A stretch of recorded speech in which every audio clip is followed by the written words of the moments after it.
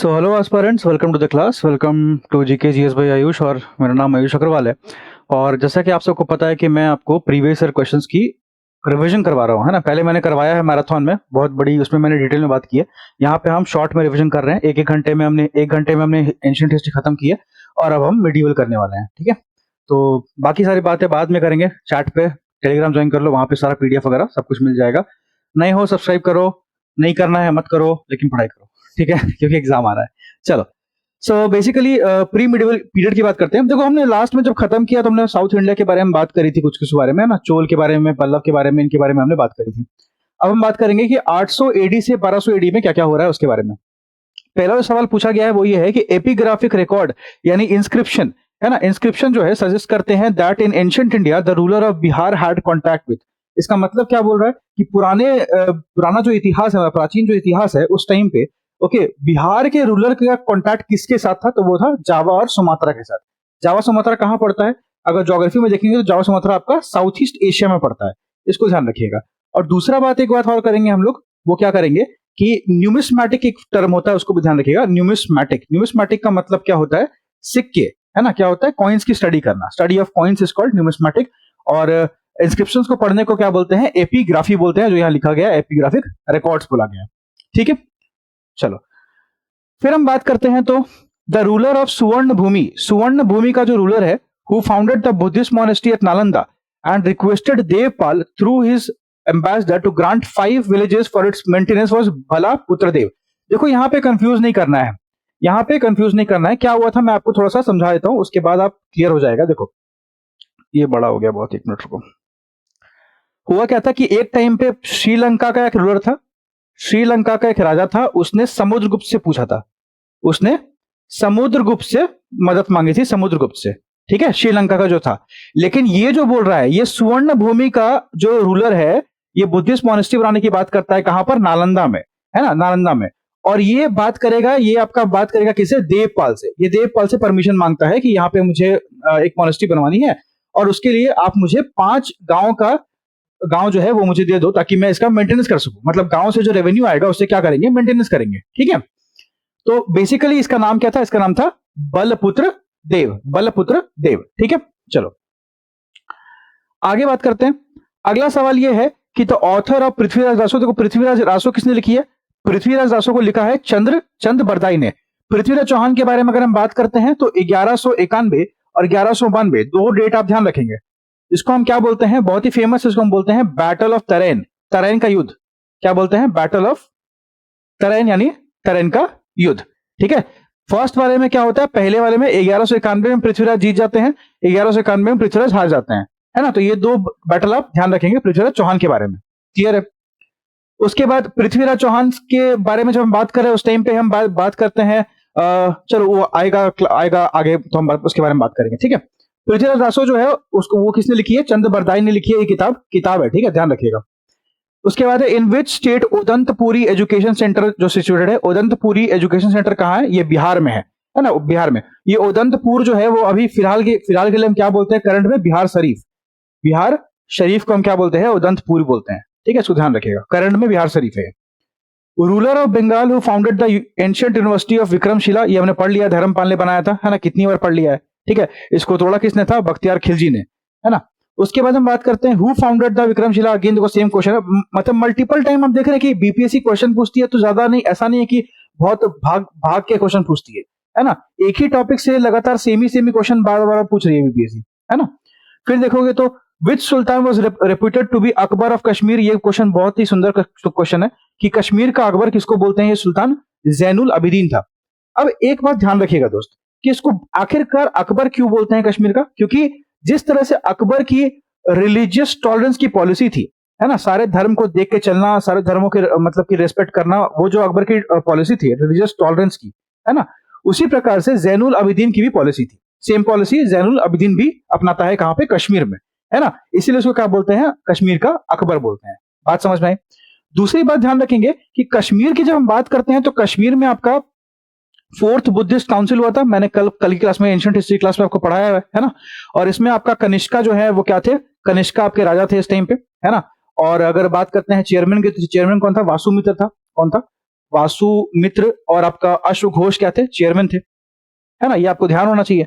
उसके बाद कश्मीर के बारे में और बात करते हैं, तो कश्मीर जो है वहां पे आपका ये ध्यान रखिएगा कि हाँ, कल्हना एक ऑथर है, क्या है, कल्हना एक नाम का ऑथर है, कल्हना नाम का एक पर्सन है जिसने क्या लिखी है, राज तरंगिनी लिखी है, राज तरंगिनी। ये किताब जो है ये बात करती है कश्मीर के बारे में, ठीक है। तो ये सारी बातें आप कश्मीर के बारे में ध्यान रखिएगा, क्लियर है। आगे बढ़े, चलिए। उसके बाद एक और क्वेश्चन पूछता है कि श्रीनगर की स्थापना किसने की। श्रीनगर जो शहर है उसको बसाया था अशोक ने, है ना, ये भी ध्यान रखिएगा, क्लियर। उसके बाद बात करते हैं द फाउंडर ऑफ कर्नत। ये कर्नत डायनेस्टी है, ये मैंने आपको बीपीएससी स्पेशल की मैराथन मैंने डाल दी है, कल ही डाली है, आप चेक कर सकते हैं, है ना। मैंने 28 नवंबर को बीपीएससी स्पेशल की मैराथन डाल दी है, उसमें मैंने पूरा पढ़ाया कर्नत में कौन था, क्या था, कहां है, ठीक है। तो कर्नत डायनेस्टी का जो फाउंडर है क्या नाम है, नन्या देव। नन्या देव क्या है, इसका फाउंडर है, ठीक है, ध्यान रखिएगा इसको। और कर्नत डायनेस्टी जगदीशपुर, है ना, जगदीशपुर ध्यान रखिएगा, ठीक है, ये सब बातें। Who was last king of Karnat, last king कौन था, हरिसिम्हा। दो ही क्वेश्चन पूछता है कर्नत से, एक पूछेगा आपको कि इसका राजा कौन, इसका फाउंडर कौन था, और दूसरा क्वेश्चन ये पूछेगा कि आखिरी राजा कौन था। तो आखिरी कौन था, हरिसिम्हा, ठीक है, और पहला कौन था, नन्या देव, जिसने फाउंड किया। अब हम लोग आते हैं मध्यकालीन भारतीय इतिहास पे, ठीक है। देखो, तो मुस्लिम इन्वेजन जो भारत में होता है उसमें सबसे पहला चीज है कि पहले आता है कौन, पहले आता है दिल्ली सल्तनत। दिल्ली सल्तनत, दिल्ली सल्तनत में बहुत सारी एम्पायर आएंगे, मतलब बहुत सारा किंगडम आएगा, डायनेस्टी आएगी। उसमें से पहले जो है वो आते हैं स्लेव। स्लेव को ही हम लोग क्या बोलते हैं, मामेलुक बोलते हैं। क्या बोलते हैं, मामेलुक, है ना। तो मामेलुक बोलेगा, स्लेव बोलेगा, दोनों क्या होता है, दोनों सेमी डायनेस्टी का नाम होता है, ठीक है।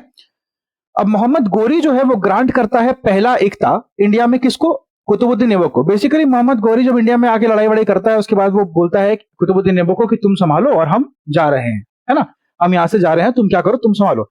और जाते वक्त क्या होता है, मोहम्मद गौरी मर जाता है ना। तो कुतुबुद्दीन ऐबक बोलता है कि अब क्यों ना हम इसको क्या करें, हम इंडिया पे राज करते हैं, मतलब हम इंडिया को संभालते हैं पूरी तरह से, है ना। तो इस तरह से फिर कुतुबुद्दीन ऐबक जो है आप देखेंगे कि ये यहाँ का मतलब इसने जो है दिल्ली सल्तनत की यहाँ पे स्थापना कर दी, ठीक है, स्लेव डायनेस्टी की, ठीक। उसके बाद बेचारा क्या होता है कि 1210 में ये पोलो गेम खेला था। पोलो बेसिकली होता है कि घोड़े पे चढ़ के आप खेलते हो, है ना, उसको पोलो बोलते हैं। इसका एक बड़ा अच्छा नाम भी था, मुझे नाम अभी याद नहीं आ रहा, मैं बता दूंगा आपको जब याद आएगा तो, है ना। तो पोलो खेलते खेलते 1210 में ये मर जाता है, ठीक। उसके बाद बात करते हैं तो मोहम्मद घोरी जो है उस वाज डिफीटेड बाय चालुक्य। और इसको हाँ, ये भी पूछता है क्वेश्चन में कि मोहम्मद घोरी को किसने हराया था। तो मोहम्मद घोरी को भारत में कौन हराता है, ये हराते हैं चालुक्य। अगर आपसे ये क्वेश्चन में पूछ देगा कि पहला मुस्लिम इन्वेजन भारत में कब हुआ था, किसने किया था, तो वो था कासिम। कासिम जो था वो पहला मुस्लिम इन्वेजन करता है भारत में, है ना। उसके बाद हम बात करते हैं तो ये ध्यान रखिएगा कि मोहम्मद घोरी को चालुक्यास ने हरा दिया था। चालुक्यास ऑफ कहां के, वातापी, वातापी, है ना, वातापी या बादामी बोलेगा, तो वातापी बादामी दोनों एक ही चीज है, ठीक है। तो वातापी के चालुक्य, मैंने मैप आपको टेलीग्राम में भेज दिया, आप चाहे तो वहां से चेक कर सकते हैं, ठीक है। नेक्स्ट हम बात करते हैं Who was the first Muslim conqueror of Bihar. पहला मुस्लिम कॉन्करर कौन था, तो ये था बख्तियार खिलजी। बख्तियार खिलजी के बारे में हम बात करें तो इसने आपका जो है नालंदा विश्वविद्यालय को पूरा खराब कर दिया। विक्रमशिला को तोड़ा इसी ने, विक्रमशिला को इसने ही तोड़ा, है ना। तो ये सारा काम जो है बख्तियार खिलजी करता है, ठीक है। आगे बात करते हैं तो नेक्स्ट हम बात करेंगे नालंदा विहार को किसने डिस्ट्रॉय किया, बख्तियार खिलजी ने, हमने बात कर लिया ना। अब आते हैं आगे दिल्ली सल्तनत पे। दिल्ली सल्तनत के बारे में हम बात करते हैं कि दिल्ली सल्तनत बेसिकली किसी पर्टिकुलर फैमिली का बात नहीं है, है ना। ये एक लीनियज का बात है, ठीक है, कि एक ऐसा टाइम है जिस टाइम पे बहुत सारी फैमिलीज रूल कर रही है। डायनेस्टी का मतलब क्या होता है, डायनेस्टी का मतलब होता है फैमिली, है ना। देखो कि हिंदी में लिखा होता है वंश, वंशज है, तो डायनेस्टी का मतलब होता है वंशज, है ना। देखो, तो पहला बात करते हैं कि पहले बात की स्लेव डायनेस्टी का फाउंडर कौन, कुतुबुद्दीन ऐबक, ठीक। 2.5 दिन का झोपड़ा किसने बनाया, कुतुबुद्दीन ऐबक, है ना, ये भी इसने बनाया था। यहाँ पे लिखा हुआ है, इसमें यहाँ पे पूछा गया क्वेश्चन कुछ और है, एक मिनट, पूछा गया कि कहाँ पे है ना, क्या है ये, तो 2.5 दिन का झोपड़ा क्या है, ये एक मस्जिद है, क्या है, मस्जिद है, ठीक है। तो कुतुबुद्दीन ऐबक ने क्या किया था, ये मंदिरों को तोड़ के उस पर मस्जिद बनाना था, है ना। तो 2.5 दिन का झोपड़ा क्या है, ये एक मस्जिद है, और कुतुबुद्दीन ऐबक ने ही इसको बनाया था 2.5 दिन के झोपड़े को। कुतुब मीनार को कंप्लीट किसने किया, इल्तुतमिश ने। कुतुबुद्दीन ऐबक जब 1210 में मर जाता है, उसके बाद जो गद्दी संभालता है वो था इल्तुतमिश। इल्तुतमिश को हम लोग स्लेव ऑफ स्लेव्स बोलते हैं। क्या बोलते हैं, स्लेव ऑफ स्लेव्स बोलते हैं, स्लेव ऑफ स्लेव्स। क्यों, क्योंकि ये जो था ये आपका कुतुबुद्दीन ऐबक का स्लेव था, है ना, और कुतुबुद्दीन ऐबक गोरी का स्लेव था। समझ रहे हो, हायरार्की, क्रोनोलॉजी समझ रहे हैं आप, ठीक है। तो बेसिकली क्या हुआ कि घोरी का एक स्लेव था जिसका नाम था कुतुबुद्दीन ऐबक, और कुतुबुद्दीन ऐबक का एक स्लेव था जिसका नाम था इल्तुतमिश, इसीलिए इसको क्या बोलते हैं, स्लेव ऑफ स्लेव्स बोलते हैं, ध्यान रखिएगा इसको। उसके बाद बात करते हैं तो कुतुब मीनार को इल्तुतमिश कंप्लीट करता है। शुरुआत किसने की, ऐबक ने।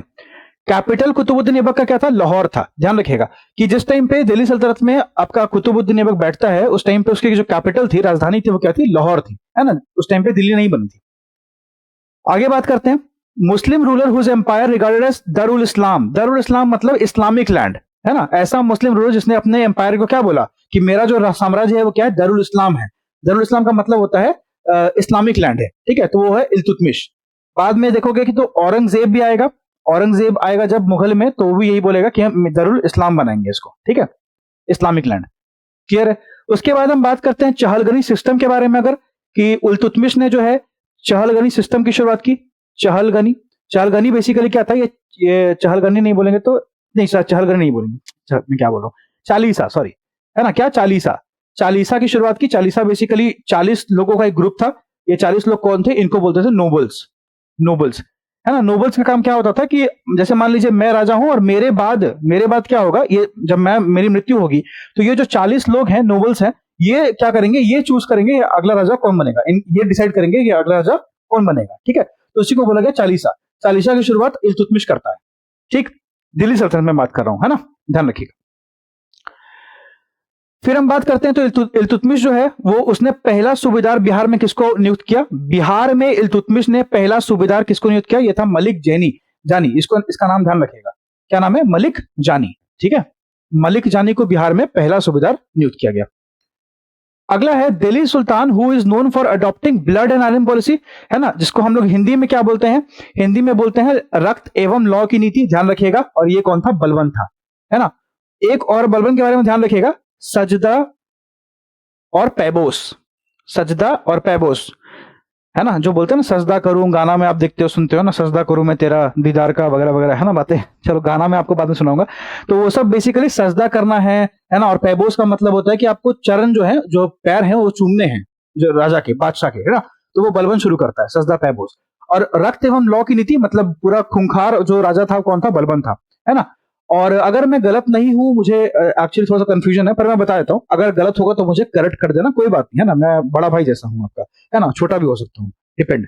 तो कुतुबुद्दीन ऐबक क्या है, कुतुबुद्दीन ऐबक के बारे में ध्यान रखिएगा, इसको लख बख्श बोलते थे, लख बख्श बोलते थे। तो पूछ लेगा लख बख्श कौन है, तो ये कुतुबुद्दीन ऐबक का ही नाम था, है ना। चलो उसके बाद हम बात करते हैं तो ये हो गया Delhi sultan who is known for adopting, ये हमने बात के लिए बलबन था। और पर्शियन फेस्टिवल, फारसी फेस्टिवल, ये मैं हिंदी में इंग्लिश में करूंगा, फारसी, है ना, फारसी फेस्टिवल, फारसी त्योहार था, नवरोज बोलते हैं इसको। बलबन ने इसकी शुरुआत बलबन ने की थी, है ना। तो बोलेगा, अगर मान लो पूछ लेगा नवरोज की शुरुआत किसने की, तो किसने की, बलबन ने की थी, ठीक है। चलिए नेक्स्ट हम बात करते हैं तो फर्स्ट मुस्लिम रूलर, पहला मुस्लिम शासक जिसने थ्योरी ऑफ किंगशिप को फॉर्मुलेट किया था to the theory of divine right, ये कौन था, ये बलबन था। बेसिकली हिंदी में बात करें तो वो प्रथम मुस्लिम शासक कौन था जिसने शासन के सिद्धांत थ्योरी ऑफ किंगशिप को राजाओं के ईश्वरीय अधिकार सिद्धांत थ्योरी ऑफ डिवाइन राइट, मतलब जो राजा है वही क्या है, वही आपका बेसिकली ईश्वर का एक रूप है राजा, है ना। तो वो ये जो पहली बार ये थ्योरी किसी मुस्लिम रूलर ने कब बोली थी, ये किसने बोली थी, बोली थी बलबन ने, है ना। तो ये बात बोली गई थी बलबन के द्वारा। अगला हम बात करते हैं तो हु सेड अबाउट बलबन, किसने बलबन के बारे में ये कहा कि हिज थ्योरी ऑफ किंगशिप, उसका जो थ्योरी ऑफ किंगशिप है ना, उसका जो राजत्व के उसके जो सिद्धांत है, ओके, वो प्रिंसिपल ऑफ प्रेस्टीज, पावर और जस्टिस पे बेस्ड है। ये किसने कहा था, ये जैनुद्दीन बरानी। जैनुद्दीन बरानी एक पर्सन था जिसने कहा था कि बलबन का जो किंगशिप का थ्योरी है, यानी जो राजत्व के उसके जो सिद्धांत है, ओके, वो आपके प्रतिष्ठा, शक्ति और न्याय पे क्या है, बेस्ड है। ये जियाउद्दीन बरनी ने कहा था बलबन के लिए। तो बरनी ने बलबन के लिए कहा, बरनी ने, ऐसे याद रखो, बरनी ने बलबन के लिए कहा, ठीक है। फिर आता है Tughril Khan. Tughril Khan raise the standard of revolt during the reign of, Tughril Khan किसके समय पे अटैक करता है, बलबन के टाइम पे। और बड़ा इंटरेस्टिंग स्टोरी है, बेसिकली बलबन के समय पे ना तुगरिल खान अटैक करता है, ठीक है। हाँ, बलबन क्या करता है, बलबन मतलब इसका तो सर काटता ही है, साथ में इसके पूरे परिवार का सर काट के बीच चौराहे पर टांग देता है, ठीक है। तो आप सोच सकते हैं कि क्या दहशत रही होगी बर्बन की उस समय पे, है ना? तो इसका तो सर काटता ही है, बाकी इसके पूरे परिवार का, बच्चे मतलब महिलाएं, सबका सर काट के बीच चौराहे पर टांग देता है ना? तो बेसिकली शो ऑफ करने के लिए कि मैं कौन हूँ, है ना? तो ये ध्यान रखिएगा, तुगलक खान जो है वो बर्बन के टाइम पे अटैक करता है, तो बेवकूफ था, ऐसी बेवकूफी नहीं करनी चाहिए। नेक्स्ट है, आते हैं खिलजियों पे। देखिए खिलजी बहुत इंपॉर्टेंट है, और खिलजियों के बारे में अगर हम बात करते हैं तो सबसे कम समय के लिए रूल किसने किया? कम समय के लिए रूल किसने किया? खिलजियों ने रूल किया, है ना? इसको ध्यान रखिएगा, ये क्वेश्चन पूछता है आपसे बार बार। चलिए आगे बढ़ते हैं, खिलजियों की बात करते हैं। तो पहला रूलर जो था खिलजी डायनेस्टी का, पहला रूलर जो था खिलजी डायनेस्टी का, वो कौन है? वो है जलालुद्दीन खिलजी। आपने अगर देखा है अलाउद्दीन वाली जो मूवी है पद्मावत, देखा है आपने, तो उसमें आपने देखा होगा कि जो मोटा सा आदमी रहता है ना, वो होता है जलालुद्दीन खिलजी, ठीक है? तो who among the army commander, कौन था आर्मी कमांडर में अलाउद्दीन खिलजी के? Okay, died fighting against Mongol, Mongol के साथ लड़ते लड़ते मर गया, वो कौन था? जफर खान था। जफर खान का नाम याद रखिएगा कि ये जलालुद्दीन खिलजी के आर्मी में नहीं था। एक क्वेश्चन ऐसा भी पूछा गया था आरएएस में शायद, है ना, राजस्थान की पीसीएस में, कि जफर खान जो है वो इनमें से किसकी आर्मी में था, ऐसा पूछा गया था। तो उसमें ऑप्शन जलालुद्दीन खिलजी देखा तो बहुत सारे लोगों ने उसको मार दिया, लेकिन एक्चुअली में ये अलाउद्दीन खिलजी के आर्मी कमांडर थे, ठीक है? ध्यान रखिएगा इसको, जफर खान, है ना? सो मंगोल इतने खतरनाक इसलिए मैं बोल रहा हूँ क्योंकि मंगोल जो है वो मतलब बहुत ही ब्रूटल तरीके से, बहुत ही भयंकर तरीके से जो है हत्याकांड करते थे, इसीलिए मंगोल्स को मैं बोल रहा हूँ कि बहुत खतरनाक थे।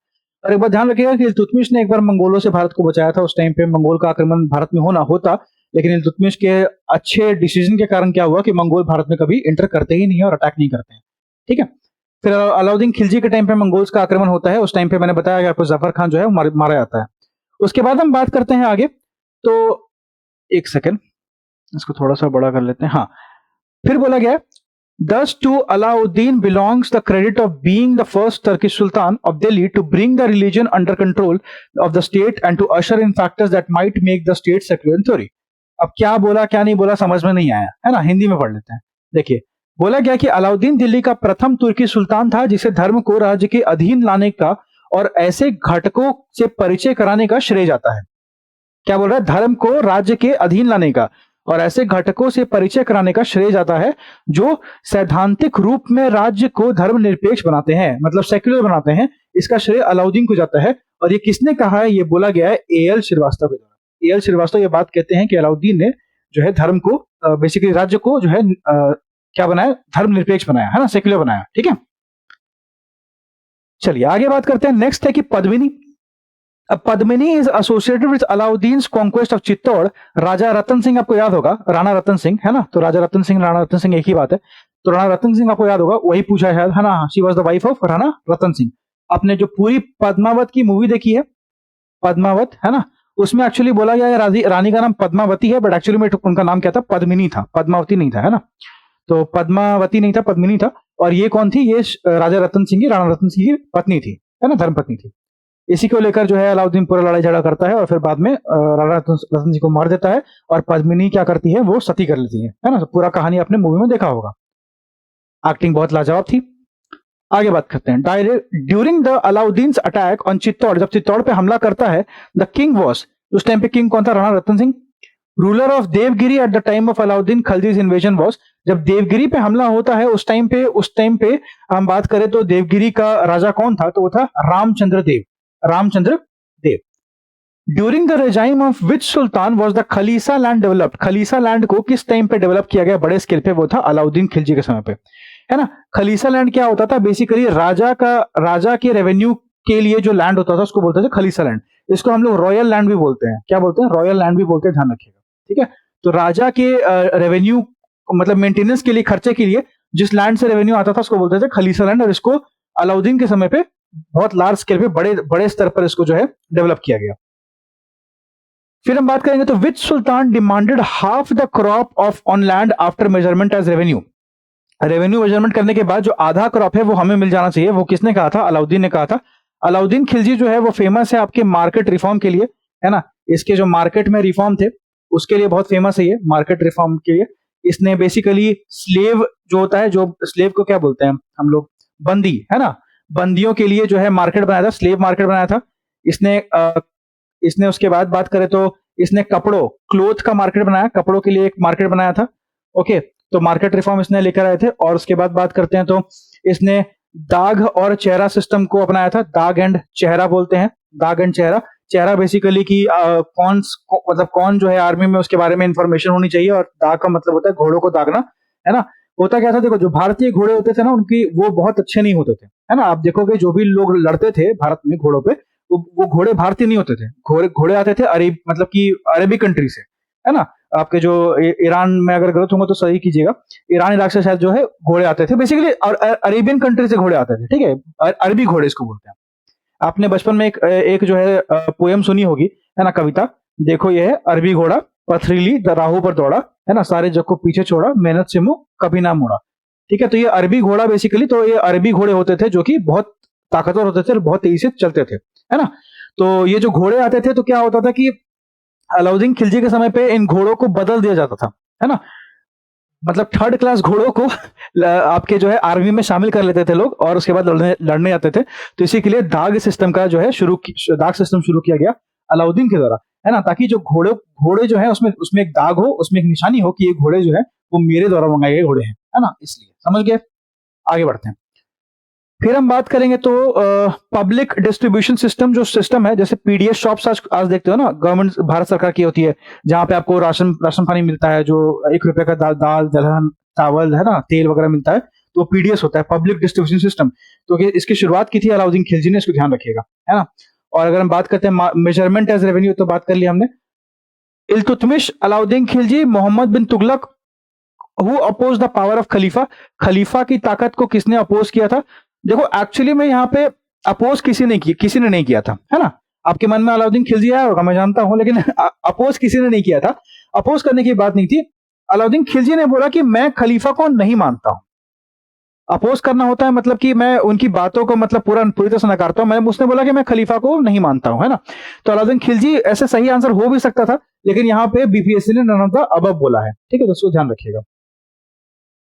नेक्स्ट हम बात करते हैं तो when he attained kingship he was quite independent of rulers and order of sharia. शरिया मतलब क्या होता है? Islamic law. जो इस्लाम जो लॉ होता है, इस्लामिक लॉ, उसको क्या बोलते हैं? शरिया। तो शरिया के अकॉर्डिंग बहुत सारे ऐसे राजा आए हैं हमारे भारत में जो कि शरिया के अकॉर्डिंग चलते थे, है ना। लेकिन अलाउद्दीन जो है वो शरिया के अकॉर्डिंग नहीं चलता था। ओके, तो सुल्तान बरनी जो है वो स्टेटमेंट बोलता है, और ये किसके बारे में बोलता है? अलाउद्दीन खिलजी के बारे में, है ना, ध्यान रखिएगा। क्लियर है? तो आई होप आपको समझ में आ रहा होगा और क्लियर भी हो रहा होगा, है ना। तो अगर पसंद आ रहा तो लाइक अभी भी कर दो, है ना। वो तो वीडियो चालू होने से पहले ही कर देना चाहिए आपको, ठीक है। चलो नेक्स्ट हम बढ़ते हैं यार। हमने दिल्ली कर लिया, हमने खिलजी कर लिया, अब हम आते हैं तुगलक पे और लोदी पे। तुगलकों की बात करते हैं तो Yusuf Shah Chak, the last Muslim ruler of Kashmir valley. कौन था? यूसुफ शाह चक। ये क्या था? लास्ट रूलर था, आखिरी मुस्लिम शासक था कश्मीर वैली का। हु एग्जाइल टू बिहार, जो बिहार भाग जाता है, बाय द मुगल एम्पायर, इसको बिहार भेज दिया जाता है मुगल एम्पायर अकबर के द्वारा। इसको कहां पे दफनाया गया था? नालंदा में। कहां पे? नालंदा में। तो दो बातें ध्यान रखिएगा। पहला बात यह है कि कश्मीर का आखिरी मुस्लिम शासक कौन था? यूसुफ शाह चक। दूसरा कि इसको किसके द्वारा भेजा गया था बिहार में? अकबर के द्वारा। तीसरा, कहां पे दफनाया गया था? नालंदा में, ठीक है। उसके बाद बात करते हैं the sultan who provided employment to the unemployed. जिनके पास नौकरी नहीं है उनको नौकरी किसने दिया? फिरोज तुगलक ने। कनाल किसने बनाया? फिरोज तुगलक ने। स्लेव्स के लिए एक डिपार्टमेंट किसने बनाया? फिरोज तुगलक ने। शादी के लिए बात किसने की? शादी करवाने के लिए लड़कियों की? फिरोज तुगलक ने। तो फिरोज तुगलक ये सारा काम करता है, ठीक है। इसको बोलते हैं एफएसटी। एफएसटी बोलते हैं, फिरोज शाह तुगलक। जौनपुर शहर की स्थापना किसने की? फिरोज तुगलक ने। जौनपुर किसके नाम पे की? जौनपुर बेसिकली जौना खान के नाम पे की थी। किसके नाम पे? जौना खान के नाम पे। जौना खान कौन था? इसका भाई था, क्या नाम था? मोहम्मद बिन तुगलक। मोहम्मद बिन तुगलक, ठीक है, जिसको हम बोलते हैं पगला राजा, है ना। जो पगला राजा जिसको बोलते हैं वो मोहम्मद बिन तुगलक। एक्चुअली पगला नहीं था वो, है ना। वो किस्मत उसकी बोल सकते हैं खराब थी कि बेचारा इतने सारी चीजें लेकर आया भारत में, पर वो सक्सेसफुल नहीं हुआ, है ना। तो खराब किस्मत बोल सकते हैं, लेकिन कोशिश उसने बहुत की, तो पागल नहीं बोलेंगे, बट ठीक है, चलो, है ना। थोड़ा मोड़ा पागल तो था, है ना, अकल थोड़ी कम थी।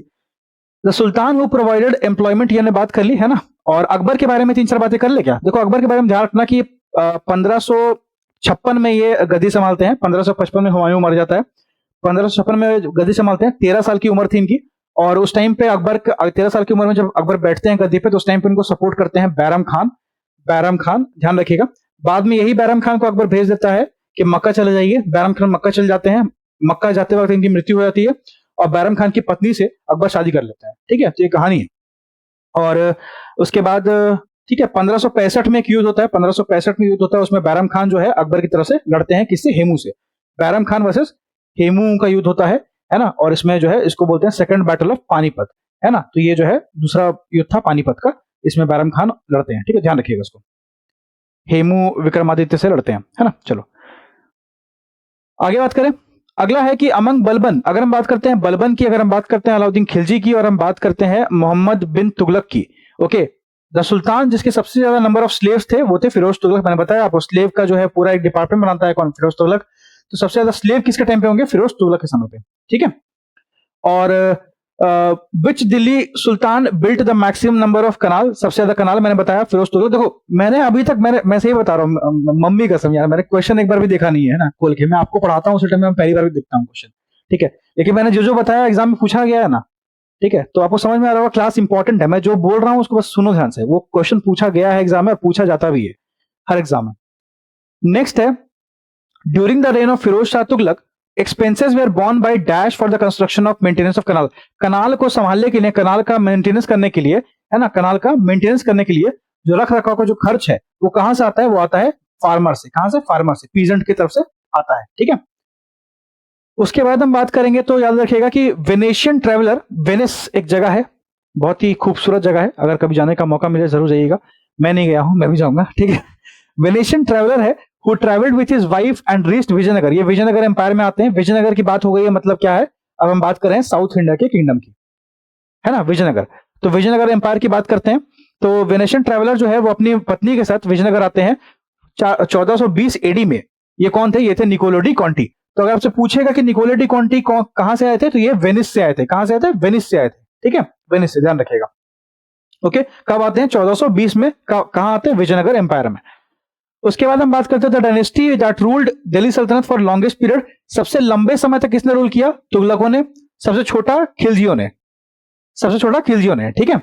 और the sultan of Delhi introduce measures for improving the quality of fruit. फलों की क्वालिटी को अच्छा करने के लिए किसने उपाय लगाए? तो वो था फिरोज तुगलक। दरुल शफा, दरुल शफा को एस्टेब्लिश किया था फिरोज तुगलक ने। ये क्या था? एक फ्री हॉस्पिटल था, है ना। फ्री हॉस्पिटल, शादी का डिपार्टमेंट, ये सब कौन करता है? फिरोज तुगलक करता है। फ्री हॉस्पिटल इसने खोला था। Dynasty that ruled over India after the invasion of Timur. Timur का इन्वेजन के बाद जिस डायनेस्टी ने इंडिया पर रूल किया वो कौन था? सैयद थे, है ना। सैयद डायनेस्टी थे जिस टाइम पे तिमूर का आक्रमण होता है। Which sultan founded a town where now stands Agra. Agra का की स्थापना किसने की? सिकंदर लोधी ने। इंपॉर्टेंट क्वेश्चन है, ध्यान रखिएगा। सिकंदर लोधी ने आगरा की स्थापना की थी। ठीक है, क्लियर है। अब विजयनगर के बारे में अगर हम बात करते हैं तो विजयनगर के बारे में ध्यान रखिएगा। 1336 में, 336 एडी में दो भाई थे। एक का नाम था हरिहर, एक का नाम था बुक्का। इन दोनों भाइयों ने विजयनगर की स्थापना की थी, है ना। और विजयनगर जो है वो उसका वो साम्राज्य खत्म कब होगा? खत्म हो जाएगा आपका 1565 में ना, 65 में नहीं, 65 में, है ना। मैंने ऊपर में एक गलती कर दिया यार, मैं कंफ्यूज हो गया लगता है। ऊपर में मैंने गलती की, मैंने अकबर के समय पे आपको कुछ और बता दिया ना। अकबर के बारे में बात कहाँ की थी हमने? मैंने जब आपको अकबर पढ़ाया ना उस टाइम पे मैंने आपको बोल दिया कि कहाँ गया कश्मीर का वो राजा था? एक सेकंड, एक सेकंड, एक सेकंड।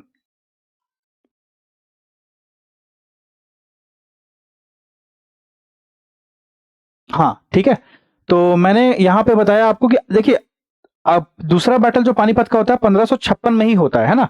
1556 में ही होता है, बैरम खान और हेमू के बीच में। ठीक है, वो सही था, लेकिन मैंने डेट उल्टा बता दिया। 1556 में होता है सेकंड बैटल ऑफ पानीपत, और 1565 में आपका बैटल ऑफ तलीकोटा होता है। ठीक है, 1565 में क्या होता है? आपका बैटल ऑफ तलीकोटा होता है। क्या होता है? Battle of तलीकोटा। तलीकोटा, तलीकोटा के बैटल को हम लोग और क्या बोलते हैं? राक्षस तंगड़ी का युद्ध। क्या बोलते हैं? राक्षस तंगड़ी का युद्ध। ठीक है, इसमें क्या होता है? इसमें आपका जो है विजयनगर एम्पायर जो है हार जाता है ना। और फिर उसके बाद इसका पूरा डिक्लाइन शुरू हो जाता है ना, खत्म हो जाता है ये एम्पायर पूरी तरीके से। बीजापुर, गोलकोंडा, अहमदनगर, ये सब मिलकर इसको हरा देते हैं। ध्यान रखिएगा इसको। ठीक है, तो हरिहर बुक्का ने इसकी स्थापना की थी साउथ इंडिया में, मैंने बता दिया। चलिए आगे बढ़ते हैं। उसके बाद आते हैं विजयनगर एम्पायर पे। विजयनगर एम्पायर में बात करें तो फाउंडर कौन था? फाउंडर था हरिहर एंड बुक्का, मैंने बताया। कब हुआ था? 1336 ईस्वी में, ठीक है। और फर्स्ट रूलर कौन था इसका? पहला रूलर कौन था विजयनगर एम्पायर का? Who captured Goa from Brahmins.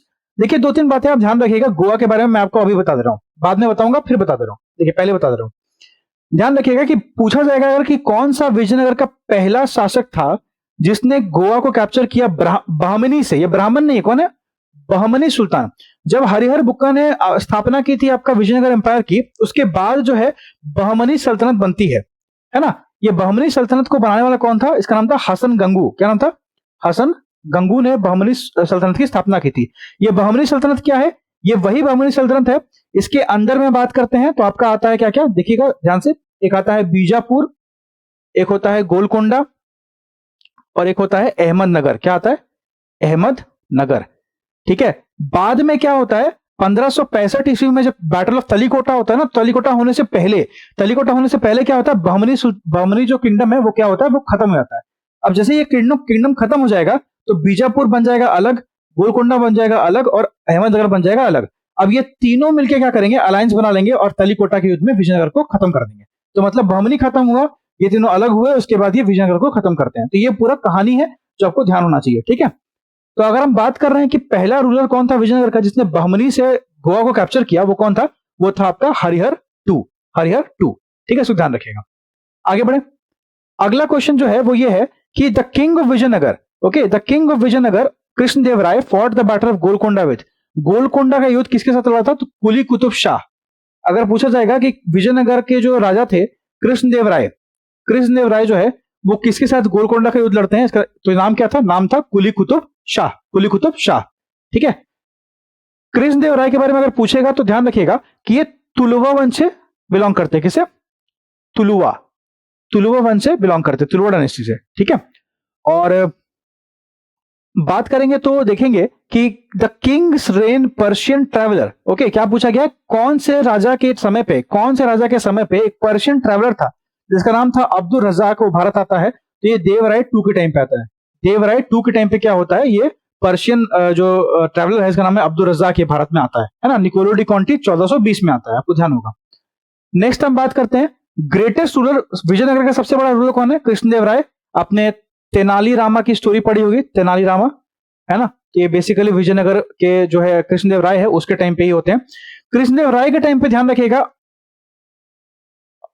अष्ट दिग्गज होते थे। कौन होते थे? अष्ट दिग्गज। इसके जैसे होता था नवरत्न, जैसे हमने पढ़ाई की थी तो मैंने आपको पीवाईक्यू के सेशन में बताया था कि जो हमारे छत्रपति शिवाजी महाराज हैं, है ना, उनमें उसमें होते थे अष्ट प्रधान, है ना, अष्ट प्रधान होते थे। तो उसी प्रकार से बात करते हैं तो कृष्णदेव राय के टाइम में कौन थे?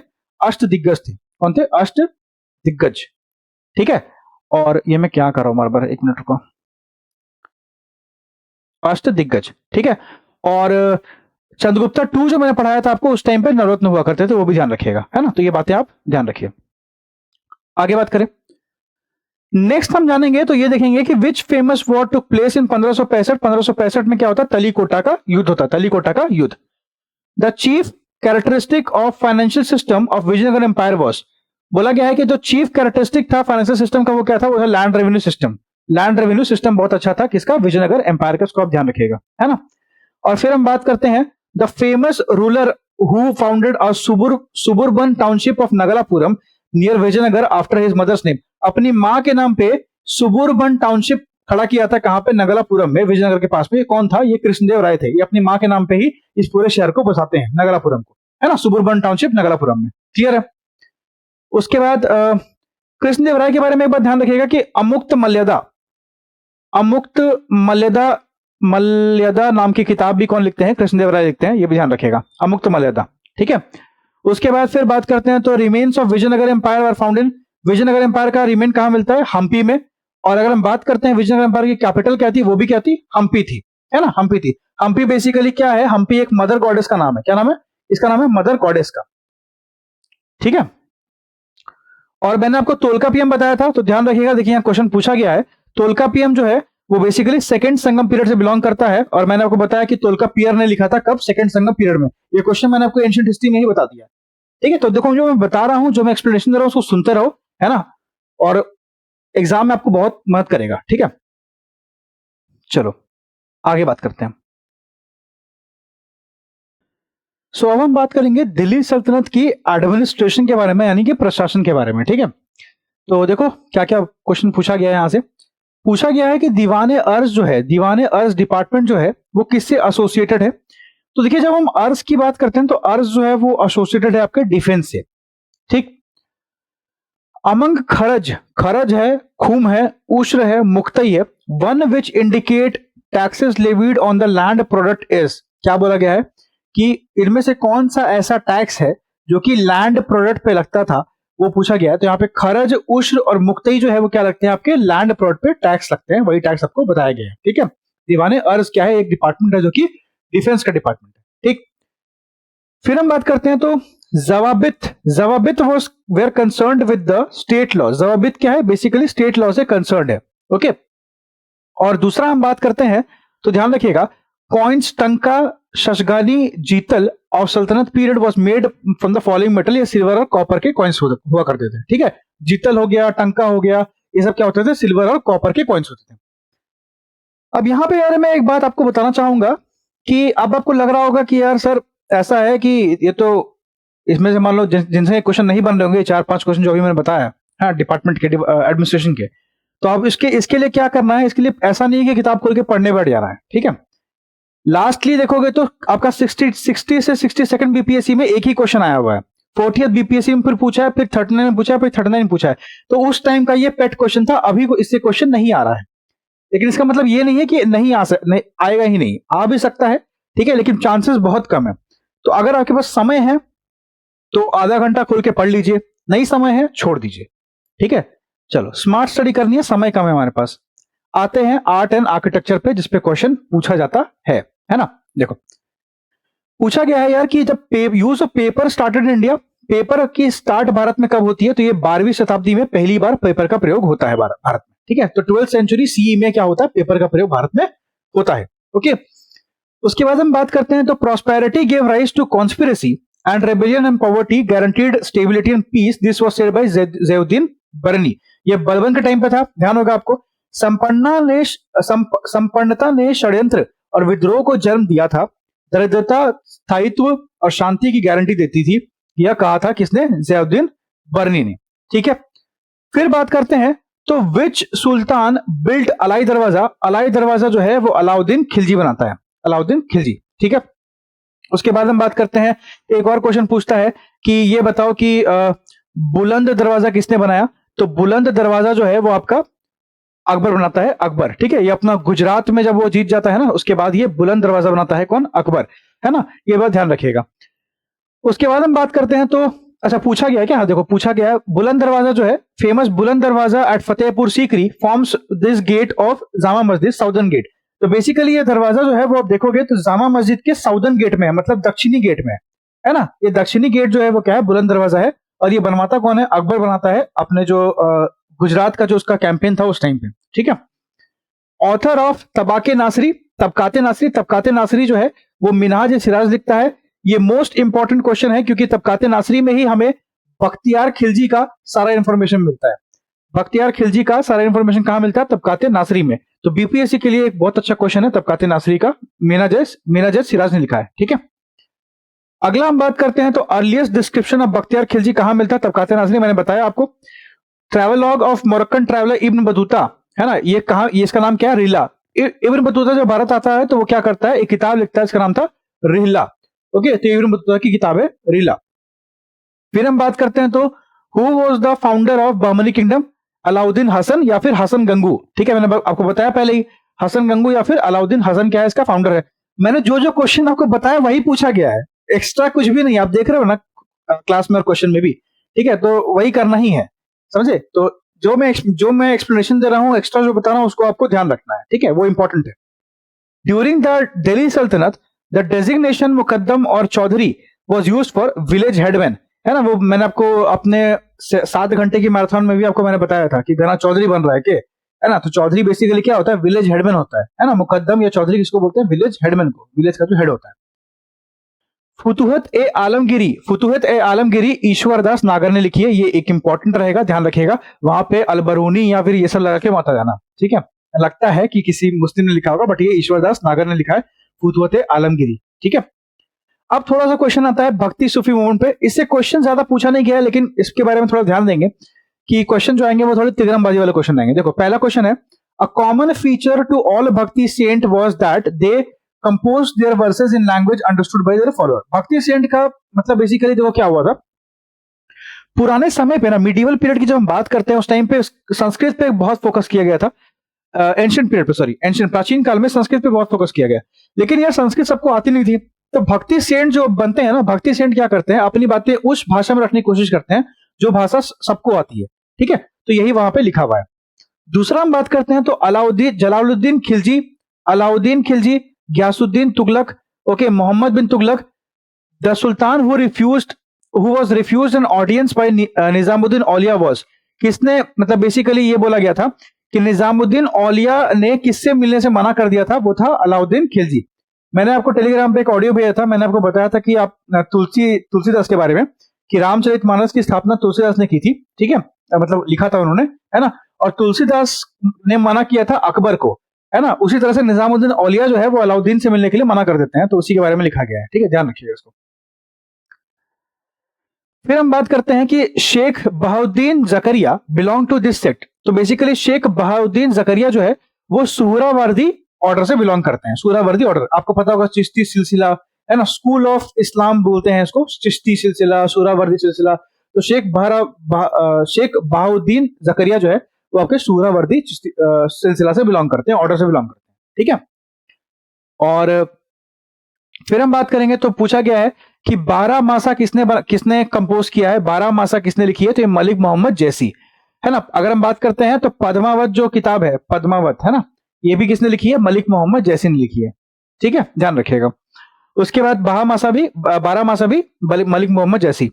नाथपंथी, सिद्धा, योगी, ये डिवोशनल रिलीजन पॉपुलर कहां था, नॉर्थ इंडिया में, और साउथ इंडिया में अलवर और नयानर। अगर पूछेगा कि साउथ इंडिया में क्या फेमस था, तो अलवर और नयानर। नयानर बेसिकली कौन थे, ये शिव के भक्त थे, शिव के उपासक को नयानर बोलते हैं, अलवर बोलते हैं विष्णु के उपासक को, विष्णु के उपासक को। एक लिंगायत भी था, क्या था, लिंगायत, लिंगायत, है ना, ये बेसिकली शिवलिंग को पहनते थे, इसलिए इनको लिंगायत बोलते हैं। तो ये भी कहां था, साउथ इंडिया में। ये सारे साउथ इंडिया में थे। और नॉर्थ इंडिया में कौन था, नाथपंथी, सिद्धा, योगी, है ना, ये सब ध्यान रखिएगा। जो आपकी कबीर है उसका उनका क्या था, कबीर का कबीरपंथी, ठीक है। फिर हम बात करते हैं तो पूछा गया कौन सा करेक्टली मैच नहीं है, सगुना जो है, सगुना का मतलब होता है कि आप जो है भगवान की पूजा करते हैं, भगवान को मानते हैं, है ना, उसको बोलते हैं सगुन। और एक उसका उल्टा होता है जो कि यहाँ लिखा हुआ है definition, despised idol worship of any of its form. ये बेसिकली किसके बारे में कहा गया, ये बोला गया निर्गुण के बारे में। जो निर्गुण होते हैं, जो निर्गुण भक्ति को फॉलो करते हैं, वो भगवान में नहीं मानते हैं, है ना। भगवान नहीं मानते हैं मतलब वो आइडल वर्शिप में नहीं मानते हैं, मूर्ति पूजा में नहीं मानते हैं, है ना। निर्गुण का मतलब क्या होता है, जो मूर्ति पूजन में नहीं मानते, जैसे कबीर है, कबीर नहीं मानते हैं मूर्ति पूजन में, है ना। इसी प्रकार से हम बात करते हैं तो एक सिखिज्म में जो गुरु नानक थे वो नहीं मानते थे मूर्ति पूजन में, है ना। तो वो निर्गुण थे, समझ में आ रहा है। तो सगुन और निर्गुण ये है, ठीक है। देखिए मैं जो भी बातें बता रहा हूं वो किताबों में लिखी गई है, ठीक है, मेरा अपना कोई पर्सनल ओपिनियन इसमें कोई नहीं है, ठीक है। इतिहास में जो किताबों में लिखा गया है वही पढ़ना होता है, और वही मैं आपको बता रहा हूं, है ना। तो अगर आप किसी भी मजहब से बिलोंग करते हैं तो ऑफेंड होने की कोई जरूरत नहीं है। अगर मेरे से कुछ गलती होती है तो मुझे सुधार दीजिए, वो ज्यादा बेटर रहेगा, है ना, instead of getting offended by my lecture, ठीक है। चलो, मुगल डायनेस्टी बात करते हैं बाबर की। 1526 में बाबर और इब्राहिम लोदी का युद्ध होता है, बाबर का और किसका होता है, इब्राहिम लोदी का युद्ध होता है, ठीक है, युद्ध होता है और बाबर उसमें जीत जाता है, ठीक है, बाबर उसमें जीत जाता है। उसके बाद याद रखिएगा कि इसको क्या बोलते हैं, फर्स्ट बैटल ऑफ पानीपत का पहला युद्ध बोलते हैं। और इतना हो गया। इब्राहिम लोदी पहला या पहला नहीं, ओनली बोलेंगे, ओनली रूलर है, एक ही ऐसा शासक है किसका, दिल्ली सल्तनत का, जो कि बैटल फील्ड में मर जाता है, मतलब लड़ाई के मैदान में मारा जाता है ना, बैटल फील्ड में उसकी मृत्यु होती है, बैटल फील्ड में, ठीक है, इब्राहिम लोदी। और बाबर को बुलाया किसने था? दौलत खान लोधी नाम था ना, क्या नाम था? हाँ, दौलत खान लोधी, ठीक है। तो दौलत खान लोधी ने बाबर को बुलाया था, और इतना ध्यान रखो, ठीक है। उसके बाद मेन रीजन बाबर का विक्ट्री का क्या था? उसका स्किल्ड वॉरफेयर। पानीपत में लड़ाई होती है। पानीपत कहाँ है? हरियाणा में। कहाँ पे है? हरियाणा में, ठीक है। और तुस्के बाबरी बेसिकली क्या है? ये ऑटोबायोग्राफी है जो बाबर ने खुद ही लिखी है, ये तुर्की भाषा में है। ये बाबर की ऑटोबायोग्राफी जो खुद ही लिखी गई है, तुर्की भाषा में है, ठीक है। मुगल डायनेस्टी का फाउंडर कौन है? बाबर। कब बना? 1526 में। Babur arrival of Babur into India led to, क्या हुआ? बाबर जब आया तो अपने साथ में क्या लेके आया? तोपे लेके आया, ठीक है, तोप लेके आया, और तिमुरिद वंशज को लेकर आया अपने साथ, है ना, तिमुरिद का, ठीक है। तो बाबर के बारे में ध्यान रखिएगा, बाबर मंगोल और तिमुर दोनों का वंशज था। बाबर को ऐसा बोलते हैं कि बाबर मंगोल और तिमुर दोनों का वंशज था। उसके माता पिता जो है, एक तिमुर से थे, एक मंगोल से थे, ठीक है, ये ध्यान रखिएगा। अब एक क्वेश्चन पूछता है कि जो बारूद है, बारूद का इंट्रोडक्शन, बारूद जो है भारत में बाबर लेके आता है, तो ये गलत स्टेटमेंट है, ठीक है, ध्यान रखिएगा। क्योंकि बारूद जो है भारत में पहले से इस्तेमाल हो रहा था, लेकिन लड़ाई में बारूद का इस्तेमाल नहीं हो रहा था। तो लड़ाई में पहली बार तोपों से बारूद का इस्तेमाल कौन करता है? बाबर करता है। क्लियर? ये बातें याद रखिएगा। आगे बढ़ते हैं। अब आते हैं हुमायूं और शेरशाह पे, ठीक है। तो क्या होता है कि 1900 अगर हम बात करते हैं 1530 में बाबर मर जाता है, तो 1530 में हुमायूं जो है वो क्या करता है? गद्दी संभाल लेता है। 1530 में जब गद्दी संभालता है तो इसके बाद इसकी लड़ाइयां शेरशाह से होंगी, है ना, तो वो बातें हम करेंगे यहाँ पे। तो as per dates of 4 important battles fought by Humayun, the name of the battle sir, कौन कौन से बैटल लड़ा हुमायूं ने? देवारा का युद्ध, चौसा का युद्ध, कन्नौज का युद्ध और सिरहिंद का युद्ध। 4 लड़ाइयां हुमायूं लड़ता है अपने पूरे शासनकाल में, ठीक है। 26 जून 1539 को एक बैटल होता है शेरशाह और हुमायूं का। कहां पे? चौसा में होता है। कहां पे? चौसा में ही युद्ध होता है, ठीक है। और अमंग बहलूल लोधी, अगर हम बात करते हैं, एक मिनट रुको, मैं रिफ्रेश कर लेता हूं उसको,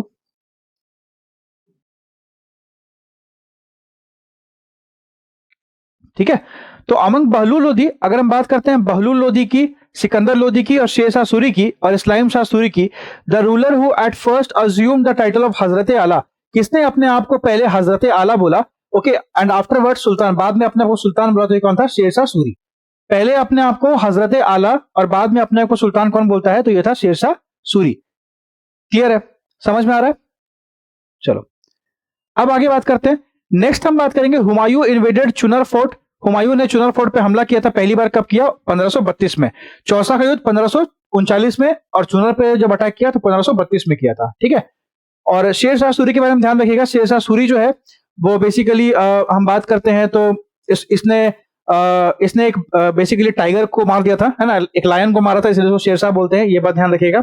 और उसके बाद हम बात करते हैं तो शेरशाह जो है वो बाबर के यहाँ भी काम करता था, बाबर के यहाँ ये काम करता था, इसको ध्यान रखिएगा, है ना। और हाँ, इतना ही याद रखिएगा। उसके बाद हम बात करते हैं तो जीटी रोड की स्थापना भी शेरशाह ने की थी, है ना, वो भी ध्यान रखिएगा। हुमायूं ने चुनर फोर्ट को इन्वेड किया 1532 में।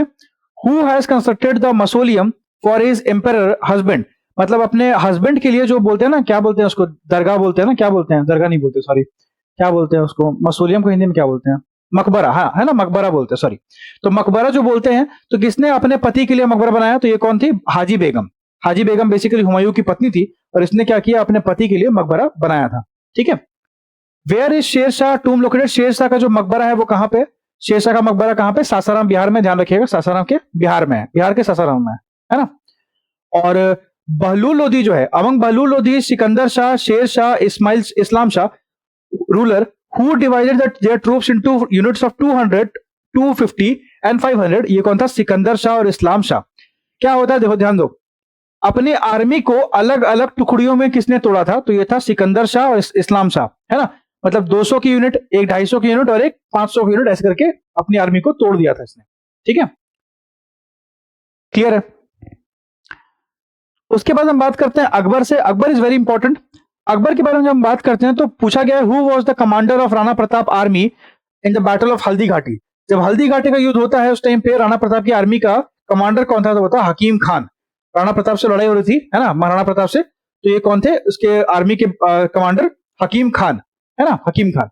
अमंग बहलूल लोधी, अगर हम बात करते हैं बहलूल लोधी की, शेर शाह की, अकबर की और हुमायूं की, कौन सा मुस्लिम रूलर है जिसने पिलग्रिमेज टैक्स को मतलब कि अबॉलिश किया, है ना?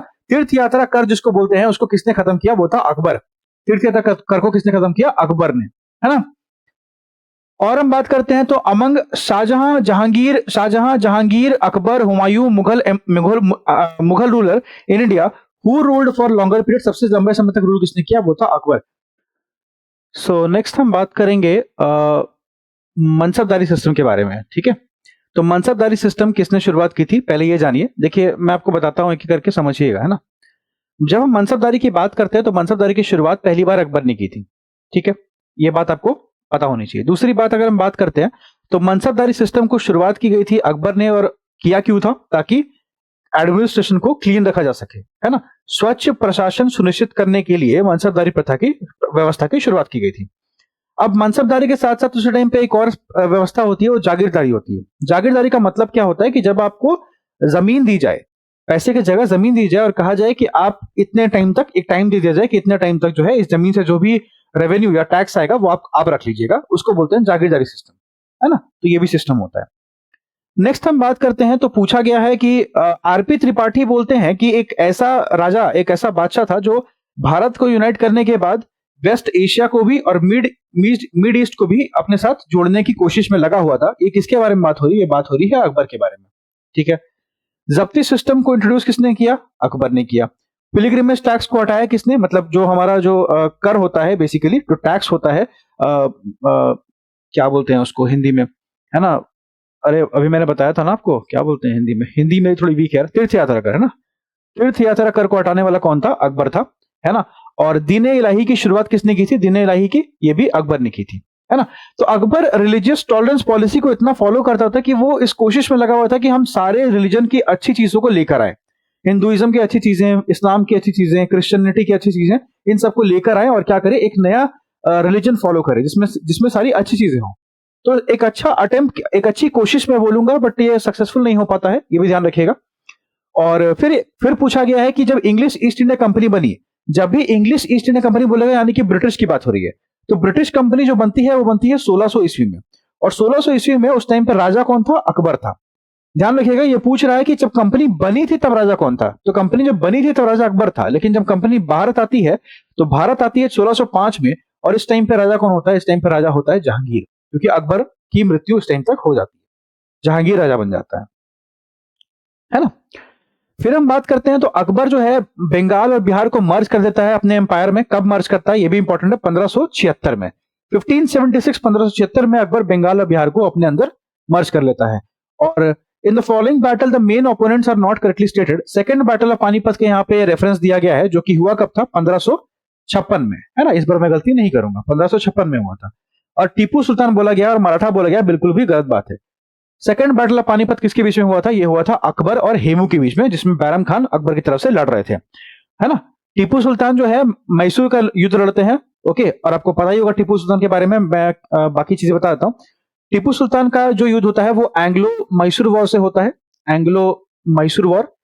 और ये टीपू सुल्तान जो है वो सेकंड एंग्लो मैसूर वॉर को कंटिन्यू करते हैं, शुरुआत नहीं करते हैं, कंटिन्यू करते हैं, क्योंकि आधा लड़ाई जो है हैदर अली इसके पिताजी लड़ते हैं, लेकिन वो हैदर अली की फिर मृत्यु हो जाती है, फिर टीपू सुल्तान कंटिन्यू करते हैं, ठीक है। तो बाकी मैंने पूरी टेक्नोलॉजी आपको समझाई हुई है अपने क्लासेस में, पहले वाले में, तो वो वीडियो आपने नहीं देखी है तो साहस बैच ओपन करके वहां से वीडियो देख लीजिए, आपको समझ में आ जाएगा, ठीक है। तो यहाँ पे मैं आपका टाइम ज्यादा वेस्ट नहीं करूंगा, आगे बढ़ते हैं। आते हैं जहांगीर पे। जहांगीर के बारे में मैंने आपको बताया कि जो पेंटिंग है, चित्रकला का जो स्वर्ण काल है वो जहांगीर का है ना। और जहां अगर हम बात करते हैं 2 अस्पा और सी अस्पा जो सिस्टम है उसको जहांगीर ने शुरू किया था। 2 अस्पा और सी अस्पा का जो सिस्टम है वो जहांगीर शुरू करता है।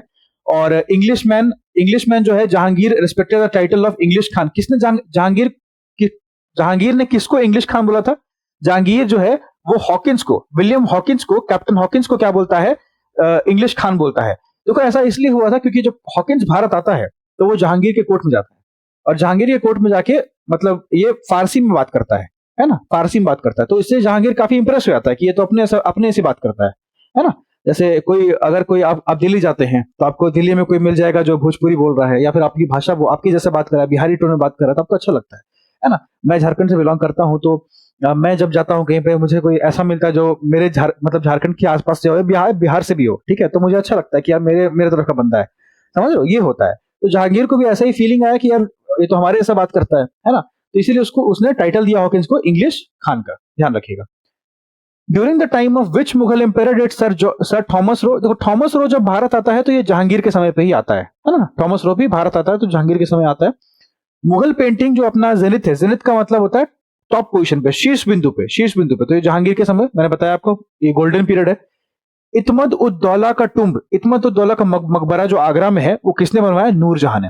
नूरजहां जो है वो जहांगीर की धर्म पत्नी थी, नूरजहां, है ना? इसको लाइट ऑफ इसको कुछ नाम था इसका, मैं भूल गया, मैं आपको बता दूंगा, ठीक है, नेक्स्ट क्लास में। तो नूरजहां जो है वो इंपॉर्टेंट है, ध्यान रखिएगा। और ये जो है इन्होंने ही क्या किया था, इत्मद उद दौला का मकबरा बनवाया था, ठीक है। और पिएट्रा दूरा जो है, पिएट्रा दूरा एक बेसिकली आर्किटेक्चर का एक तकनीक है बोल सकते हैं, या पेंटिंग का तकनीक है, ये बोलेंगे ज्यादा बेटर रहेगा, पिएट्रा दूरा। तो पिएट्रा दूरा जो है वो उसमें क्या होता है कि हम दीवारों को फ्लोरल डिजाइन में, यानी कि फूल पत्ती के डिजाइन से सजाते हैं, है ना? और उसमें हम स्टोन लगाते हैं, सेमी प्रेशियस स्टोन लगाते हैं, पत्थरों को लगाते हैं, उससे सजाते हैं, उसको बोलते हैं पिएट्रा दूरा तकनीक, ठीक है। और जहांगीर के समय पर ध्यान रखिएगा, जो मेजर जो एडमिनिस्ट्रेशन था, जो पूरा प्रशासन था, वो नूरजहां ही संभाल रही थी, है ना? नाम जहांगीर का था लेकिन संभालती नूरजहां ही थी। नूरजहां बहुत मतलब ताकतवर महिला थी, ऐसी छोटी मोटी महिला नहीं थी, है ना? ये बात ध्यान रखिएगा। और जहांगीर उनके इश्क में पूरा मतलब ये थे, लीन थे, है ना? समझ लीजिए, बाकी अब तो समझदार है। What was the root of dispute between Shah of Iran and Mughal ruler? पूछा गया है कि शाह ऑफ ईरान और मुगल रूलर में क्या डिस्प्यूट था, रूट क्या था, क्या कॉज था, क्या क्या कारण था जो इनके बीच में लड़ाई थी, शाह ऑफ ईरान के शाह में और मुगल रूलर में? तो ये था कांधार का रीजन। कांधार का रीजन जो है उसको औरंगजेब अपने कब्जे में करना चाहता था, ठीक है। और बेसिकली मुगल अपने कब्जे में करना चाहते थे, है ना? लेकिन जो शाह ऑफ ईरान है वो अपने कब्जे में करना चाहता था, इसीलिए उस दोनों के बीच में युद्ध हो रहा था, ठीक है। अब हम शाहजहां की बात कर रहे हैं जो कि जहांगीर का बेटा है, और औरंगजेब की बात करेंगे जो कि शाहजहां का बेटा है ना? उसके बाद हम बात करते हैं तो who made the red fort, Lal Qila किसने बनाया? ये बच्चों वाला सवाल, ये आपको आता है। Which historian declared the regime of Shahjahan to be golden era of Mughal period? ये बेसिकली आर्किटेक्चर का गोल्डन पीरियड था, किसने बोला था? एएल श्रीवास्तव ने, एएल श्रीवास्तव ने कहा था। फिर हम बात करते हैं तो who was the British ruler who fought against British, who was the first Mughal ruler, पहला मुगल शासक कौन था जो अंग्रेजों के खिलाफ लड़ता है? ये औरंगजेब था। ये कौन था? औरंगजेब था, है ना? औरंगजेब लड़ता है। और एक बात आप ध्यान रखिएगा, औरंगजेब ने उनको अच्छा खासा मजा चखा दिया था। औरंगजेब जो है उसने अच्छा खासा मजा चखा दिया था, अंग्रेजों का जो हालत है पूरा खराब कर दिया था औरंगजेब ने, है ना? लेकिन औरंगजेब गलती कर बैठता है उसके बाद कि एक और मौका दे देता है। अगर औरंगजेब उस टाइम पे वो मौका नहीं देता अंग्रेजों को, तो अंग्रेज कभी इतना ताकतवर नहीं हो पाते। औरंगजेब वो मौका दे देता है और वहां पे औरंगजेब ने गलती कर दी थी, है ना? इसलिए दुश्मन को कम नहीं आंकना चाहिए, समझ रहे हो? ये बात है, औरंगजेब ने अच्छा खासा इनको दबा के रख दिया था। The meaning of jihad carried by Aurangzeb is दारुल इस्लाम। दारुल इस्लाम, मैंने बताया दारुल इस्लाम की स्थापना औरंगजेब करेगा, जिहाद औरंगजेब लेकर आता है, ठीक है। औरंगजेब को हम लोग ध्यान रखते हैं कि सारे उल्टे काम औरंगजेब करेगा, जो भी काम अकबर ने अच्छे किए थे उस सबको उल्टा कर देगा औरंगजेब, इसीलिए लोगों के बीच में ये बहुत ज्यादा लोकप्रिय नहीं था। अकबर बहुत लोकप्रिय बादशाह था, औरंगजेब लोकप्रिय बादशाह नहीं था, लोग इसको पसंद नहीं करते थे, है ना? इसने इसने मतलब सारी जो टैक्सेस जो बेसिकली हटाई थी अकबर ने, वो सब लगा देगा। जिजिया भी टैक्स एक होता है, आपको पता ही होगा, जो नॉन मुस्लिम्स लगता है। जिजिया सिर्फ हिंदुओं पर नहीं लगता है, एक प्रॉब्लम है यहाँ पे समझने में, लोग समझते हैं कि जिजिया हिंदुओं पर लगता है। जिजिया हिंदुओं पे नहीं लगता है, जिजिया लगता है नॉन मुस्लिम्स पे, ऐसे लोगों पे जो लोग एक मुस्लिम स्टेट पे रह रहे हैं लेकिन वो मुस्लिम नहीं है, उन पे लगता है। तो वो कोई भी हो सकता है, ठीक है। तो हिंदुओं पे नहीं लगता है जिजिया। कभी यह बोल देगा कि जिजिया हिंदुओं पे लगता है तो गलत स्टेटमेंट हो जाएगा। एक्चुअली जो अपना फैक्ट है वो करेक्ट रखें, ठीक है। तो ये बात ध्यान रखेगा। और जिहाद को औरंगजेब शुरू करता है, और जिहाद का मतलब औरंगजेब के लिए क्या था? दारुल इस्लाम था, है ना? चलिए आगे हम बात करते हैं, मुगल एडमिनिस्ट्रेशन की बात करते हैं। तो मुगल एडमिनिस्ट्रेशन में जब हम प्रशासन की बात करते हैं तो एक आता है मुतसिब। मुतसिब का मतलब क्या होता है? मुतसिब जो था वो पब्लिक मोरल का ऑफिसर इंचार्ज था, है ना? पब्लिक मोरल का क्या था? ऑफिसर इंचार्ज था, पब्लिक मोरल का लोक आचरण अधिकारी था, लोक आचरण अधिकारी था मुतसिब। एक पुलिस ऑफिसर मान सकते हैं जो मोरालिटी को ध्यान रखता है, ठीक है। मदद माश जो है वो इंडिकेट करता है मुगल एडमिनिस्ट्रेशन, मतलब क्या होता है? मदद माश का मतलब होता है कि मदद कर रहे हैं आप किसी की, ध्यान रखिएगा, वर्ड को समझिए, जो पूरा टर्म है ना उसको समझने की कोशिश कीजिए, जितना समझ सकते हैं उतना समझिए। मदद माश, मदद कर रहे हैं ना किसी की, मतलब ग्रांट दे रहे हैं। ग्रांट और लोन दो तरह की चीजें होती है। ग्रांट का मतलब होता है कि जब आप किसी चीज को किसी को फ्री में देते हैं, जैसे आप अपनी महिला मित्र को कोई गिफ्ट देते हैं तो वो ग्रांट हो गया, आप फ्री दे रहे हैं ना, वो तो उनको इंप्रेस करने के लिए, वो आपको कोई गिफ्ट दे तो वो फ्री हो गया, है ना? उसको बोलते हैं ग्रांट करना। लोन का मतलब होता है आप अपने दोस्त को पैसा दे रहे हैं उधारी पे, ठीक है, और उनको बोलेंगे कि भाई अगले महीना लौटा देना, बर्थडे है हमारा, समझ रहे हो? तो उसको बोलते हैं लोन, है ना? तो खैर लोन भी नहीं बोलेंगे उसको, उसको बोलेंगे उधारी देना, है ना? तो मदद माश का मतलब होता है ग्रांट पे पैसे देना, रेवेन्यू फ्री ग्रांट। उसमें आप कोई भी टैक्स नहीं मांग रहे, रेवेन्यू फ्री ग्रांट दे रहे हैं लर्नड पर्सन को, ठीक है, समझ में आया? लर्नड पर्सन का मतलब है पढ़े लिखे व्यक्ति को उस टाइम पे जो है जमीन दी जाती थी, है ना, ग्रांट के तौर पे, गिफ्ट के तौर पे, उसको बोलते हैं मदद माश। उसके बाद है कि द मीनिंग ऑफ वर्ड बंटाई। ये बंटाई अगर आप रैप सुनते हैं तो ये वो बंटाई नहीं है, ठीक है? तो मीनिंग ऑफ वर्ड बंटाई, बनताई ड्यूरिंग मिडिवल पीरियड। बनताई का मतलब क्या होता है? बनताई का मतलब होता है कैलकुलेटिंग, रेवेन्यू कैलकुलेट करने का एक सिस्टम था। बनताई क्या था? रेवेन्यू कैलकुलेट, टैक्स कैलकुलेट करने का क्या था? एक सिस्टम था, ठीक है, कितना इनकम हो रहा है कैलकुलेट करने का एक सिस्टम था। फिर अगर पूछा जाएगा तो मुगल एडमिनिस्ट्रेशन में चीफ काजी वॉज, चीफ काजी का मतलब क्या है? चीफ काजी का मतलब है चीफ जस्टिस। उस टाइम का जो मतलब जो लॉयर होता था, जो जज होता था, उसको बोलते थे चीफ काजी, है ना? काजी बेसिकली स्पेलिंग गलत है, काजी की स्पेलिंग ये होती है QUAZI होती है ना? यहाँ पे KSZI है, ये नहीं लिखना चाहिए था। समझ में आ रहा है? उसके बाद हम बात करते हैं तो the port which was called बाबुल मक्का। बाबुल मक्का जिस पोर्ट को बोलते थे, gate of Mecca during Mughal period was, ये कौन सा पोर्ट था? सूरत। सूरत को बोलते थे गेट ऑफ मक्का या फिर बाबुल मक्का, ध्यान रखिएगा, नाम इंपॉर्टेंट रहेगा, है ना? और अभी आपके इंडिया के चीफ जस्टिस जो है चेंज हो चुके हैं, कमेंट में बताइएगा कौन बने नए वाले। करंट अफेयर्स का क्वेश्चन है। आते हैं म्यूजिक, पेंटिंग और लिटरेचर पे। तो म्यूजिक पेंटिंग की बात करते हैं। विच मुगल रूरल एस्टैब्लिश कारखाना ऑफ पेंटिंग। देखिए मैंने आपको पहले बोला है कि जो पेंटिंग का गोल्डन पीरियड है वो जहांगीर का है, लेकिन शुरुआत अकबर करता है हर चीज की, है ना? क्योंकि देखो बाबर को टाइम मिला नहीं। बिल्कुल आराम से ना समझने की कोशिश कीजिए मुगल पीरियड को, ये बहुत इजी है। बाबर को समय नहीं मिला, बाबर बेचारा 26 में आया, लड़ते रह गया, 26 लड़ा, 27 लड़ा, 28 लड़ा, 29 लड़ा, 30 में मर गया। हुमायूं आया, वो भी लड़ते रह गया, चौसा लड़ा, देवरिया लड़ा, शेरशाह के चक्कर में टेंशन में रहा, उसको भी ज्यादा समय मिला नहीं कुछ करने का, तो एक्सपेंशन वगैरह कुछ कर नहीं पाए वो लोग दोनों। उसके बाद मेन अकबर ही आता है, तो कहानी एक्चुअली अकबर से ही शुरू होती है। तो जो पहला काम करेगा वो अकबर ही करेगा। तो कारखाना के एस्टेब्लिशमेंट कौन करेगा? पेंटिंग के लिए अकबर करेगा, है ना? अब बेटे को जो पेंटिंग की रुचि है वो कैसे आएगी? पिता को देख के आएगी ना, पिता के जो साम्राज्य है उसको देख के आएगी। तो कारखाना अगर पेंटिंग शुरू हुआ होगा तब ना जहांगीर को लगा कि पेंटिंग करना चाहिए, समझ में आ रहा है? तो अकबर, ठीक है, अकबर ने शुरू किया पेंटिंग का कारखाना। हु डिड इलुस्ट्रेट दस्ताने आमिर हमजा। दास्ताने आमिर हमजा को किसने इलुस्ट्रेट किया? ये बेसिकली चित्रांकन है। किसने चित्रांकन किया दस्ताने आमिर हमजा को? तो ये अब्दुल समद और मीर सैयद अली थे। कौन थे? अब्दुल समद और मीर सैयद अली ने क्या किया? दस्ताने आमिर हमजा को चित्रांकन किया, ठीक है। अब ये बहुत पेट क्वेश्चन है, एन ए अकबरी किसने लिखी? अबुल फजल ने। अबुल फजल ने लिखी थी। अबुल फजल को जहांगीर मरवा देता है बाद में, ठीक है, ध्यान रखिएगा, क्योंकि अकबर का फेवरेट था अबुल फजल।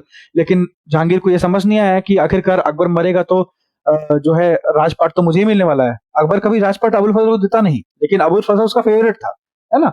लेकिन जहांगीर को जेलसी हुई, उसने मरवा दिया था, ध्यान रखिएगा। दसवंत एंड बसवन जो है फेमस पेंटर थे। ये दोनों के नाम रट जाइएगा, दसवंत और बसवन।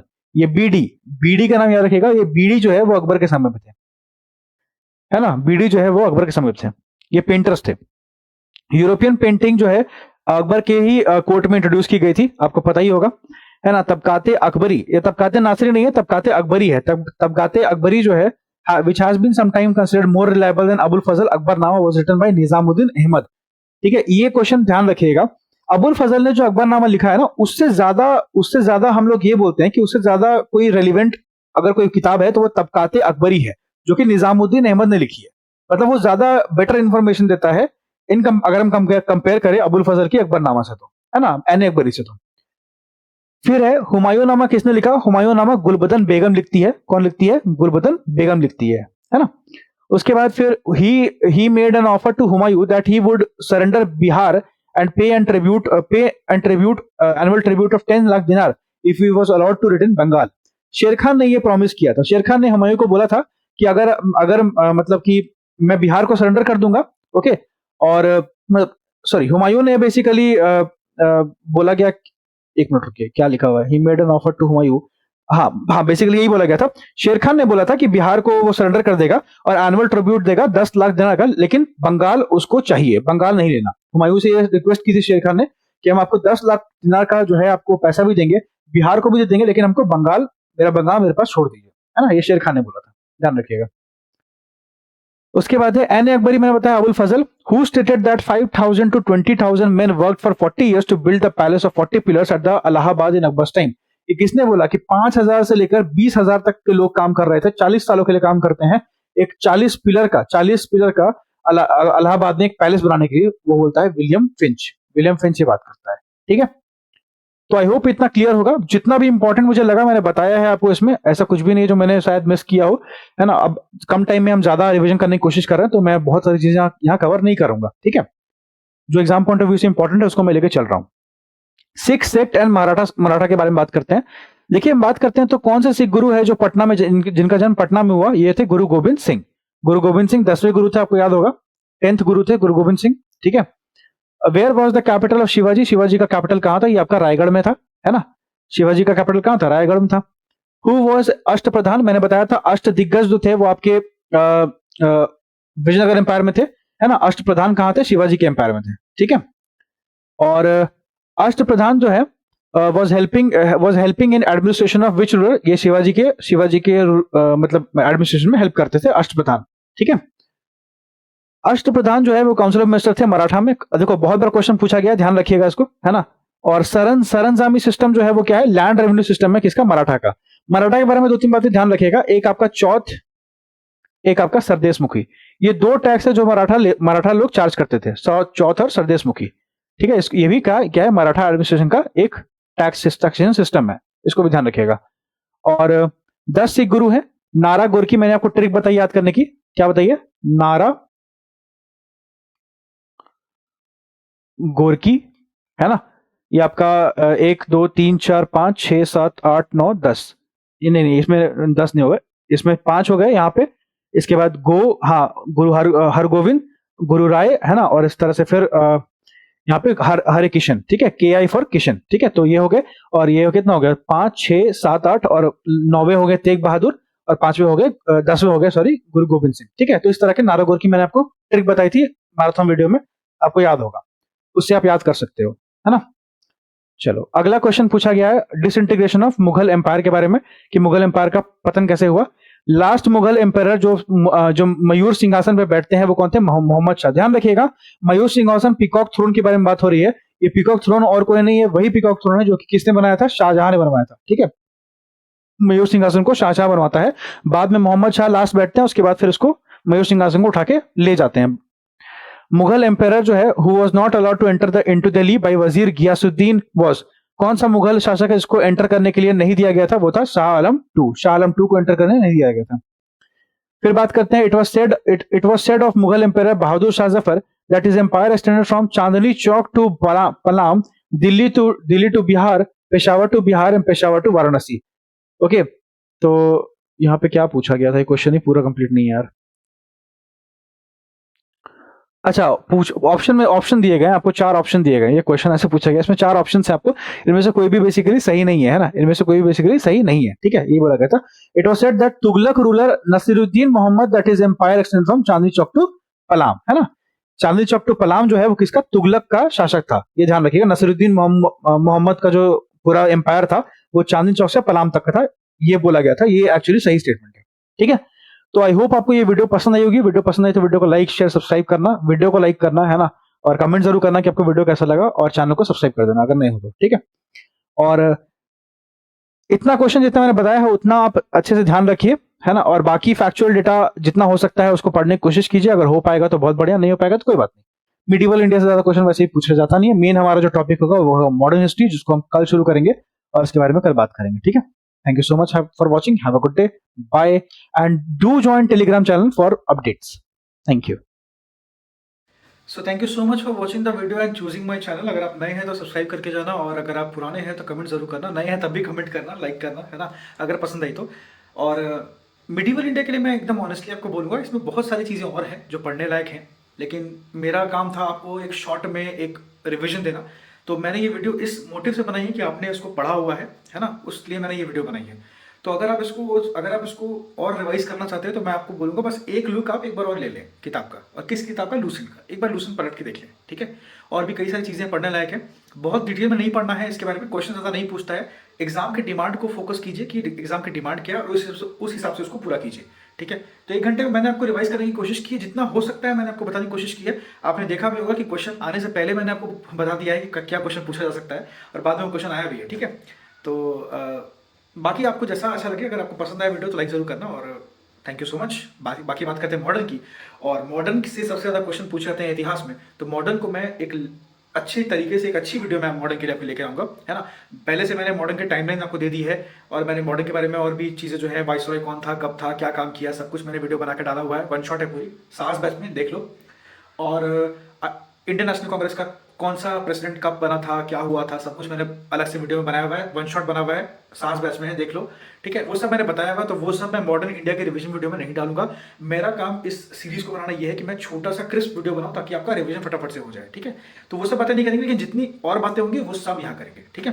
तो thank you so much, have a good day, और कमेंट करके जरूर जाना वीडियो कैसे लगी। Bye bye. और टेलीग्राम ज्वाइन करो, नहीं किया है, ओके, तो आपको सारा PDF वगैरह मटेरियल वगैरह वहाँ मिलता रहेगा। Bye bye.